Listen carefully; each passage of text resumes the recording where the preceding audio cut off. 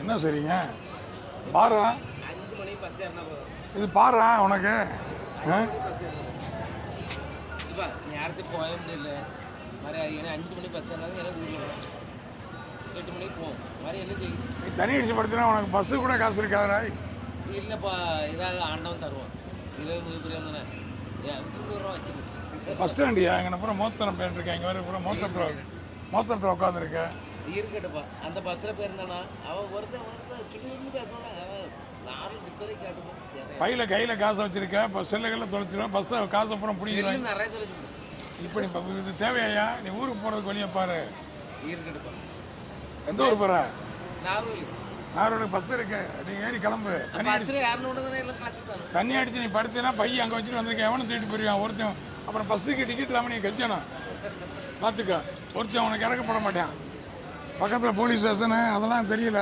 இந்த கடையில் ஒரு பொருள் வாங்க இந்த ஆரோக்கியத்தை அந்த வாங்க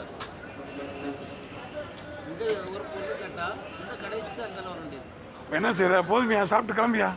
முதல்ல போவாங்க. என்ன குடிக்கிறது தப்பு. இருக்கட்டு போவோம். இது ஒயின் சாப் பாராயா? இருக்கட்டு போவா. கூட்டாளி போட்டு நம்ம குடிக்கிறது. என் கூட்டாளி 10 பேரை கூட்டு கூட கொடுக்கக்கூடிய மாட்டுத்தாவணி பஸ் ஸ்டாண்டு பொதுமக்கள் இவ்வளோ இடத்துல நீ குடிக்கிறதுக்கு உனக்கு நான் சாட்சி மாதிரி இருக்கேன் பாரு. நீ குடிக்கிறதுக்கு நீங்கள் வீடியோ நீங்கள் ஒரு அரசியலாக வரலாம். இந்த மது வந்து மக்களை அழிச்சிருச்சு வீட்டுகளை. மத்தியிலன்னா கவர்மெண்ட் இல்லை.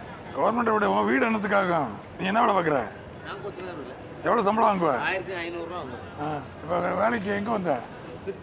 திருச்சி போயிட்டு வீட்டுக்கு போகிற. சம்பளம் வீட்டுக்கு கொடுத்துட்டியா? எல்லாம் கொடுக்குறேன். அப்புறம் இந்த ரூபாய் என்னை விட்டு போனேன்னா போச்சு. இப்போ ஒழுங்கா ஊர் போய் சேரு. உள்ளே பச்சை ஜட்டிக்குள்ளே வச்சு அவுத்துட்டு வாங்க. போ. ஜட்டியும் துணி வாங்கல அதான் கடத்தில் தான் இருக்கு. நீங்கள் வச்சு குடிச்சே தப்பு உண்டு. இவ்வளோ பேசவே தப்பு. நீங்கள் எனக்குள்ளே போல கிளம்ப பாரு.